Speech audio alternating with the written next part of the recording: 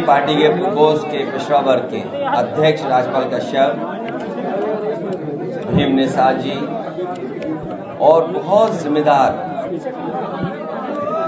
निषाद कश्यप, बिंद, कहार केवट और मल्ला समाज के हमारे सभी नेता जो मंच पर हैं और बड़ी संख्या में जिम्मेदार कार्यकर्ता नेता जो हमारे सामने बैठे दिखाई दे रहे हैं। यहाँ जितने हमारे साथी आए हैं उन सबकी यही भावना है कि भारतीय जनता पार्टी की सरकार ने उनके समाज को धोखा दिया है। न केवल उनको समाज को धोखा मिला है, बल्कि खासकर पिछड़े, दलित और अल्पसंख्यक मुसलमान भाइयों को एक साथ भी बड़े पैमाने पर धोखा हुआ है। जिस तरीके से बिहार में एक जाति को लेकर के न जाने कितने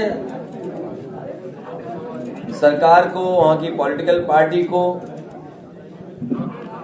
कई मौकों पर सामना करना पड़ा, और ये जो जाति गणना की बात है कोई नई नहीं है। हमें याद है नेताजी शरद यादव जी, आदरणीय लालू प्रसाद यादव जी और देश के बड़े नेता, दक्षिण भारत के सभी दल लगभग और देश की जितनी बड़ी आबादी है वो सब चाहते हैं कि कास्ट सेंसस हो, जाति जनगणना हो। और इसके पक्ष में उत्तर प्रदेश की ज्यादातर जनता है। देश में एक माहौल बना है।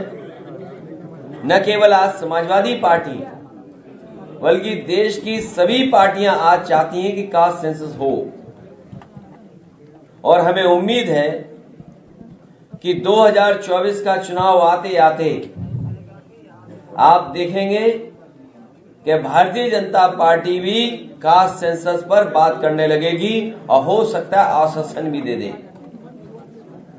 कई दल इसके खिलाफ थे या वो कास्ट सेंसस नहीं करना चाहते थे, लेकिन इधर देखने को मिल रहा है कि वो दल भी सब साथ आ गए हैं। सामाजिक न्याय, सोशल जस्टिस और इक्वलिटी की बात तभी होगी जब कास्ट सेंसस हो पाएगा। बीजेपी प्रोपेगेंडा में बहुत आगे है।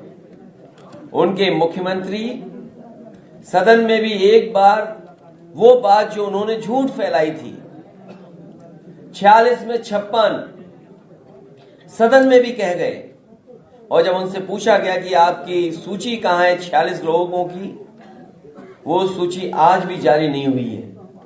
इसलिए यहां जितने भी सम्मानित प्रतिष्ठित लोग बैठे हैं, राजनीतिक लोग हैं, समझदार लोग हैं, वो राजनीति को समझते हैं, राजनीति को किस तरीके से देखते हैं, उनका हक सम्मान कहां है, उनको न्याय कहां मिलेगा, वो साथ आकर के किसकी ताकत बनेंगे, ये सब जागरूक समाज के लोग बैठे हैं। हमें उम्मीद है कि आज जब सब लोग यहाँ पर बैठे हैं, एक दूसरे की बात सुनी है, बहुत सी बातें जो मन से कही जा रही हैं उससे लगभग उनके मन में वही बातें हैं।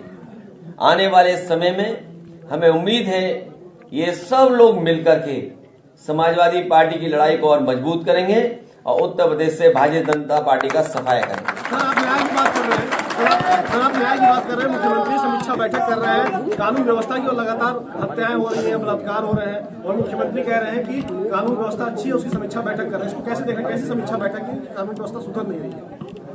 जमीनी विवाद, इसी से जोड़ लीजिए, जमीनी विवाद को लेकर उन्होंने कल कहा है कि जमीनी विवाद जितने भी उनका निस्तारण जल्द से जल्द किया जाए, नहीं तो अधिकारियों पे कार्रवाई भी की जाएगी। सख्ती दिखाई है। अभी देवरिया की घटना के बाद लगभग 20 अधिकारियों पे कार्रवाई हुई है। यही सरकार, यही मुख्यमंत्री जी पहले जाग गए होते तो शायद ये घटनाएं नहीं होती। अगर कोई दोषी है जमीनों के विवादों को लेकर के, तो ये सरकार खुद दोषी है। पिछले 6 साल से ज्यादा समय होने जा रहा है। आखिरकार सरकार क्या कर रही थी? सरकार के अधिकारी और सरकार के लोग मिलकर के अन्याय कर रहे थे। और कई मौकों पर मैंने कहा कि सबसे बड़ी भूमाफिया पार्टी अगर कोई है तो वो भारतीय जनता पार्टी है। आप अयोध्या की रजिस्ट्रियां चेक कर लीजिए, बनारस की रजिस्ट्रियां चेक कर लीजिए, इस राजधानी लखनऊ की रजिस्ट्रियां चेक कर लीजिए। कानपुर में तो ऐसी घटना हुई कोई कल्पना नहीं कर सकता। एक भोले वाले सीधे साधे किसान किसी जमीन ले ली और उसको कहा कि आपको 6 करोड़ रुपए जमीन के दिए जाएंगे। उस बेचारे किसान ने भरोसा कर लिया, बीजेपी के नेता ने जमीन खरीदी और उसके बाद उस किसान को लालच दिया और कहा कि मेरी चेक में कमी रह गई है, ये चेक मुझे वापस दे दो, मैं इसको ठीक करके तुम्हें दे दूंगा, तुम बैंक में जमा कर देना। उस किसान से 6 करोड़ रुपए का चेक वापस लिया और चेक फाड़ करके फेंक दिया। वो रोता रहा, परेशान हुआ, कई बार गया, इधर उधर दौड़ा, लेकिन बीजेपी के नेता ने उसकी मदद नहीं की, न चेक वापस किया। अंतोगत्वा उसने आत्महत्या कर ली। उसी किसान की तस्वीर किसके साथ है? डिप्टी सीएम उत्तर प्रदेश, जो दोनों डिप्टी सीएम हैं वो दोनों मंच में बैठा करके उस अपराधी को बचा रहे हैं और उन्हीं के इशारे पे अधिकारियों को बताया जा रहा है कि किस रास्ते नेपाल चले जाओ। तो प्रदेश में एक घटना नहीं है, विश्वकर्मा समाज के लोगों की जान चलेगी। कोई गांव, कोई कस्बा ऐसा नहीं है जहां पर गरीब को अन्याय का सामना न करना पड़ रहा हो। और जिम्मेदार कोई है तो वो सरकार है जिम्मेदार। और अब समीक्षा क्यों? अब तो चुनाव होगा, ये जनता समीक्षा करेगी तुमने 5 साल 6 साल क्या काम किया है। जनता समीक्षा करेगी इन्हें 10 साल की, जिन्होंने नोट चलाए और बंद कर दिए। क्या बीजेपी के पास सवाल का जवाब है कि 2000 रुपए छापे गए और 2000 रुपए बंद कर दिया? क्या ये मुद्दा नहीं है? क्या जनता समीक्षा नहीं करेगी? नोटबंदी के बहाने आपने किसको लाभ पहुंचाया? 2000 रुपए छापे, 2000 बंद कर दिए। आखिर क्या कमी थी जो छूट गई थी आपसे? सुनने में आया है कोई नशीले पदार्थ गोरखपुर में पकड़े गए हैं।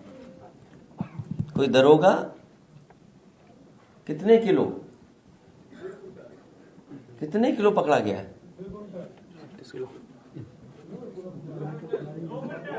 200 किलो, कई किलो पकड़ा गया है। 200 किलो। सवाल ये पकड़ा गया कहां से आ रहा था? आखिरकार ये नशीले पदार्थ जा कहां रहा था? गोरखपुर में कहां जा रहा था? इसकी समीक्षा कब होगी? आ रहा तो वो पकड़ लिया आपने, लेकिन जा कहां रहा था ये? और सर्दियां आ रही हैं इसलिए ज्यादा जा रहा था। तो इसकी समीक्षा कब होगी? और फिर बताओ, बिजली आई नहीं रही है, बिजली है ही नहीं। गांव में 4 घंटा 6 घंटा मिल जाए बहुत मुश्किल है। मुख्यमंत्री जी कह रहे थे 24 घंटे बिजली दे रहे हैं गांव में। 24 घंटे बिजली नहीं मिल रही है, 24 घंटे सांड घूम रहे हैं। कोई सड़क नहीं बची जहां सांड न घूम रहे हो। बताइए, 24 घंटे बिजली और कितना बिल देना पड़ रहा है? बिजली का बिल और बिल तो बिल, साथ में नोटिस और एफआईआर। पूरे उत्तर प्रदेश में धान तैयार हो गया लगभग, कुछ जगह कटना शुरू हो गया है। सरकार इस बात की समीक्षा नहीं कर रही है कि धान भी खरीदना है किसान का। कहीं भी अभी तक इस सरकार ने धान खरीदने का, किसान का एक भी जगह इंतजाम नहीं किया। अगर कहीं किया हो तो बता दो सरकार ने इंतजाम किया। धान नहीं खरीदने की इच्छा है सरकार की। और ये सरकार तो कह रही थी हम आलू खरीदेंगे, ना आलू खरीदा। कम से कम सरकार जो सड़ गया आलू वो तो खरीद ले, थोड़ा बहुत किसानों को लाभ मिल जाएगा। आलू की फसल जब तैयार थी न कहीं एक सरकारी खरीद नहीं हुई। अब सड़ गया, कम से कम सड़ाई खरीद लो, कुछ किसान को लाभ मिल जाएगा। ये सरकार बड़े लोगों की है, उद्योगपतियों की है, ये बड़े लोगों को लाभ पहुंचा रही है। गरीब, पिछड़े, दलित और हमारे जो गांव में रहने वाले लोग, उनके साथ धोखा हो रहा है। और ये जितने समाज के लोग यहाँ बैठे हुए हैं, इनके साथ तो इतना बड़ा धोखा हुआ है जिसकी कोई कल्पना नहीं कर सकता। साहब, आप उस समाज की बैठक ले रहे हैं, सेवक मल्ला, तोर तोरैया, मांझी मजवार, इन सब समाज के लोग यहाँ पे बैठे हैं। संजय निषाद जी आप लोगों के खिलाफ पर्दाफाश रैली निकाल रहे हैं, कह रहे हैं तब झूठ बोल रहे हैं वहाँ पे बैठ के, आप लोगों को कह रहे हैं। देखिए, और सर ये सामने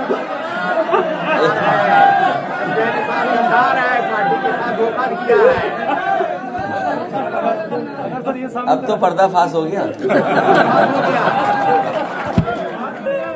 देखिए, सही मायने में वो पर्दाफाश होना चाहिए बीजेपी का, कि बीजेपी कैसे धोखा दे रही है। अब तो लोटन भी वापस आ गए। राह बचा, पर्दाफाश ही कर देंगे।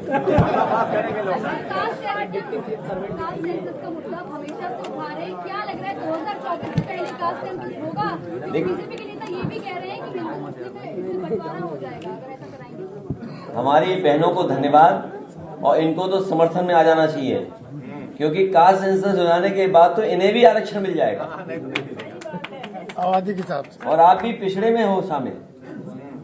दलितों में किसी को बोला था, उन्होंने ट्विटर हैंडल पे अपने लिख दिया उसको, सर्विन डीसीएम सर्विन ब्रजेश पाठक कर लिया अपना नाम। पहले ये तो चेक कर लो, खुद चलाते कोई चलाता है। देखिए, अगर मैं कहूं कि मैं गवर्नमेंट सर्वेंट हूं, तो क्या गवर्नमेंट सर्वेंट नहीं है? वो गवर्नमेंट सर्वेंट नहीं है क्या? क्या गलत कहा मैंने? और फिर उन्हें तो ये कहना चाहिए था, ये बताना चाहिए था कि आखिरकार लोक नायक जयप्रकाश जी के नाम पर जो म्यूजियम बना है, उस म्यूजियम पे ताला किसने लगवाया? कभी उत्तर प्रदेश में किसी सरकार ने ऐसा नहीं किया होगा कि किसी महापुरुष के कार्यक्रम में अगर कोई शामिल होना चाहता है तो उस शामिल नहीं होने दिया जाए। ताला लगा दिया, न जाने कहां से सड़ी गली और बिल्कुल थर्ड क्लास टीन लगा दी, पुलिस लगा दी, अधिकारी बुला लिए कि आप माल्यार्पण न कर पाए। ये कौन से संविधान में है? ये किस सरकार ने करना है? क्या सरकार इस बारे में बताएगी कुछ? और फिर छापा मारने वाले, किसी अस्पताल में गरीब का इलाज नहीं हो पा रहा। आप पीएससी, सीएससी, जिला अस्पताल, मेडिकल कॉलेज चले जाएं, किसी गरीब का इलाज नहीं हो पा रहा है, न दवाई मिल रही है। आप हम लोग राजधानी में रहते हैं, किसी अस्पताल में चले जाओ आप, अगर वहां पर दवाई मिल रही हो तो बता दें आप, इलाज हो रहा हो तो बता दें आप। और ये सरकार कह रही कि हम $1 ट्रिलियन की इकोनॉमी बनाएंगे, जो डेंगू जैसी बीमारी से गरीब को न बचा पाए। डेंगू की बीमारी से गरीब को नहीं बचा पा रहे। आप पता करिए उत्तर प्रदेश में किस तरीके से लोगों की जान जा रही है। वो मैं तस्वीरें नहीं दिखाना चाहता हूं, वो किस हालत में है इनका स्वास्थ्य विभाग की हालत क्या है।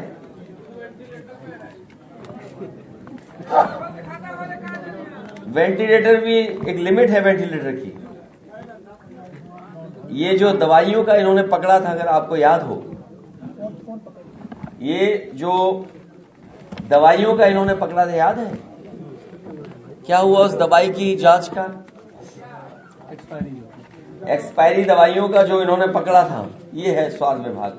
आप ही मैं अखबारों की तस्वीर दिखा रहा हूँ, मैं एक ही तस्वीर दिखा रहा हूं मैं, और ज्यादा दिखाने की जरूरत नहीं मुझे, बाकी हर दिन छपती है। ये है जिला अस्पताल, ये है लखनऊ के अस्पताल, बताइए ये अस्पताल है।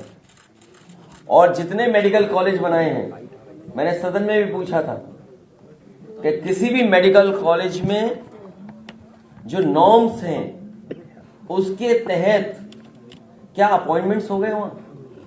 क्या असिस्टेंट प्रोफेसर पर्याप्त हैं? क्या एडिशनल प्रोफेसर पर्याप्त हैं? क्या टेक्निकल स्टाफ पर्याप्त है? एक भी जगह मेडिकल कॉलेज में स्टाफ नहीं पूरा। सोचिए आप, तो ये विभाग चला रहे, क्या कर रहे हैं ये लोग? अगर ये अपने आप को लिखें सर्वेंट, तो सही मायने में सेवक बनकर के दिखाएं, पब्लिक सर्वेंट बन के दिखाएं। अगर इन्होंने ट्विटर पे लिखा है, चेंज किया है, तो कम से कम सही मायने में अपने आप को पब्लिक सर्वेंट बन करके दिखाएं।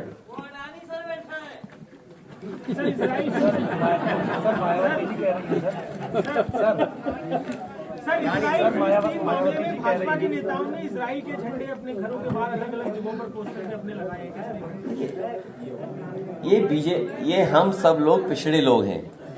हम लोग शिक्षा में अभी उतने तेज नहीं हो पाए हैं, या हम लोग इतना समाज में आगे नहीं बढ़ पाए हैं। अभी ट्विटर चलाना सीख गए, थोड़ा व्हाट्सएप देखना सीख गए या चलाना सीख गए।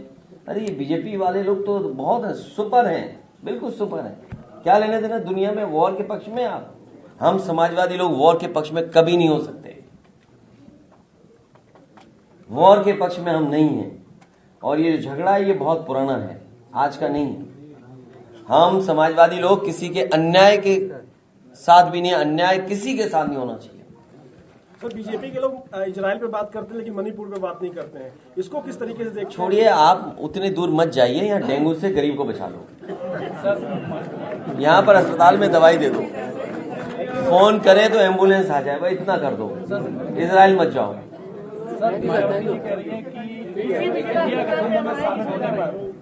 की बात कही गई है लेकिन सपा की ओर से खंडन नहीं आया। देखिए, आप लोग क्या होने वाला है ये अलग विषय है, लेकिन भारत की जनता और खासकर उत्तर प्रदेश की जनता इस बार भारतीय जनता पार्टी का सफाया करने जा रही है। आज किसान की आय दोगुनी नहीं हुई, सर्टिफिकेट बढ़ रहे हैं लखनऊ में नौकरी के। पता नहीं सर्टिफिकेट कैसे हैं कि हमारे बिंद, निषाद, कश्यप और हमारे मछुआ समाज के किसी एक को नहीं मिला, केवट समाज को, कार समाज के लोग। पता नहीं सर्टिफिकेट कहां से आए, कहां चले गए। चरम सीमा पर बेरोजगारी, महंगाई।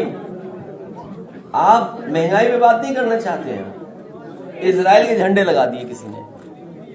डीजल पेट्रोल की कीमत क्या है? आप देश को कहां ले जा रहे हैं? और इन्वेस्टमेंट, बड़े बड़े उद्योगपति आए थे, जो अभी नाम लिया था हमारे किसी साथी ने। एक उद्योगपति आए थे, 2 आए, 3 आए, 4 आए। उन सबको यहां बुलाया, अच्छा खाना खिलाया गया, अच्छी अच्छी पॉलिसी बनी। आज जमीन पे क्या उतरा हुआ इन्वेस्टमेंट?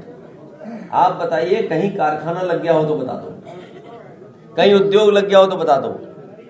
यही बीजेपी वाले कह रहे थे, बुंदेलखंड में प्रधानमंत्री जी गए, उन्होंने कहा यहां से मिसाइल बनेगी, मिसाइल बनेंगी यहां पर टैंक बनेंगे, गोले बनेंगे। अरे भाई, दिवाली आ गई, सुतली बम भी बना दो।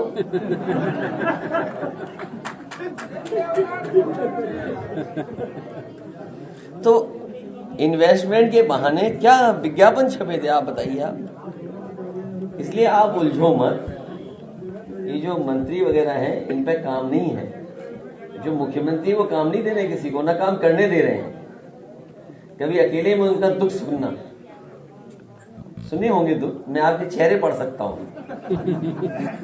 अगर माइक बंद कर दो, कैमरा बंद कर दो, उनका दुख सुनोगे। वो हमारे प्रति नहीं है, उन डिप्टी मुख्यमंत्रियों का मुख्यमंत्री के प्रति दुख है उनका, कि काम ही नहीं करने दे रहे। बताओ, जो मुख्यमंत्री अपने डिप्टी सीएम का उनको काम न करने दें और उनकी भावना हम कह रहे तो उन्हें बुरा लग रहा है। नहीं, अंदर अच्छा लग रहा है, लेकिन दिखावे के लिए तो कुछ करना है ना, कि हम खुश नहीं हैं, ऐसा स्टेटमेंट नहीं देना चाहिए।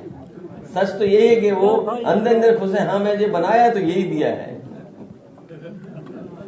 सर, देवरिया में एक सवारी लगाई गई है, लेकिन दूसरी पक्ष के लोग हैं वहाँ पर भीड़ जुड़ा के जनसभाएं करवा रहे हैं, उसको क्या कहेंगे? देखिए, मैं किसी घटना से लाभ नहीं लेना चाहिए, और आप लोग सब समझते हैं बात को। जो तस्वीरें डाली गई उससे भी आप अंदाजा लगा लेते हैं कि क्या संदेश दे रहे हैं लोग। आप बात नहीं समझ पाए। वहां लोकसभा के प्रत्याशी बनने का झगड़ा है। अभी सुनने में आया कि कोई इंटरनल सर्वे हुआ था बीजेपी का, उसमें किसी की टिकट कटने जा रही है। अब दूसरा व्यक्ति टिकट चाहता है तो हाईलाइट कैसे हो, तो उसे मुद्दा मिल गया उसका। और उन्हें यह सोचना चाहिए कि उन्हीं की सरकार ने 20 अधिकारियों के खिलाफ कार्रवाई की, और जो डीएम वहां हैं उनका पहला स्टेटमेंट ये था कि इस घटना की रिटेलिएशन हुआ दूसरी घटना। ये मैं नहीं कह रहा हूं, अगर उस समय जो डीएम ने स्टेटमेंट दिया वो यही दिया कि रिटेलिएशन था ये। और सोचिए, अगर सरकार की गलती नहीं थी तो 20 अधिकारियों को सस्पेंड किया ना सरकार ने। आखिर 20 अधिकारियों को क्यों सस्पेंड किया? किसी व्यक्ति ने न जाने कितनी दरखास्त दी होंगी, आप कल्पना नहीं कर सकते। किस थाने, किस तहसील, किस डीएम, किस कमिश्नर तक न गए हों, वहां के विधायक, वहां के सांसद से न मिले हों। जो लोग आज उस परिवार के साथ दुख में खड़े हैं, ये दुख कभी नहीं आता अगर ईमानदारी से उसकी परिवार की शुरुआत में मदद करते। अगर शुरू में मदद हो गई होती तो किसी परिवार के साथ हमें दुख में खड़ा नहीं होना पड़ता।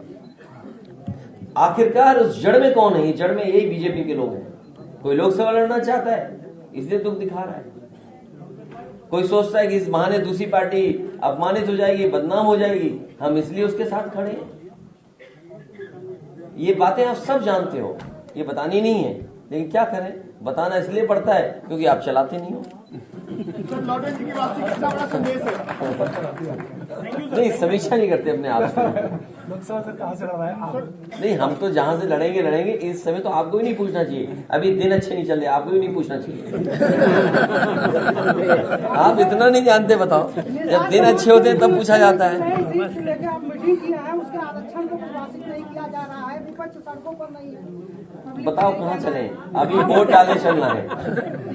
ऐसा है, अभी हम लोगों को समझा लेने दो इन लोगों को। ये सब समझदार लोग हैं, बस थोड़ा बहुत किसी बात को लेकर के मन में रहता है। अब यहाँ आए हैं, बातें सुनी हैं, कुछ कही हैं, कुछ लिख करके दे के जा रहे हैं। अब सब मन बना के जा रहे हैं कि बीजेपी को हराना है। सर, लौटन जी की वापसी कितना बड़ा संदेश है? अरे भाई, ये लोटन निषाद जी हैं, अब ये जगाते रहेंगे लोगों को।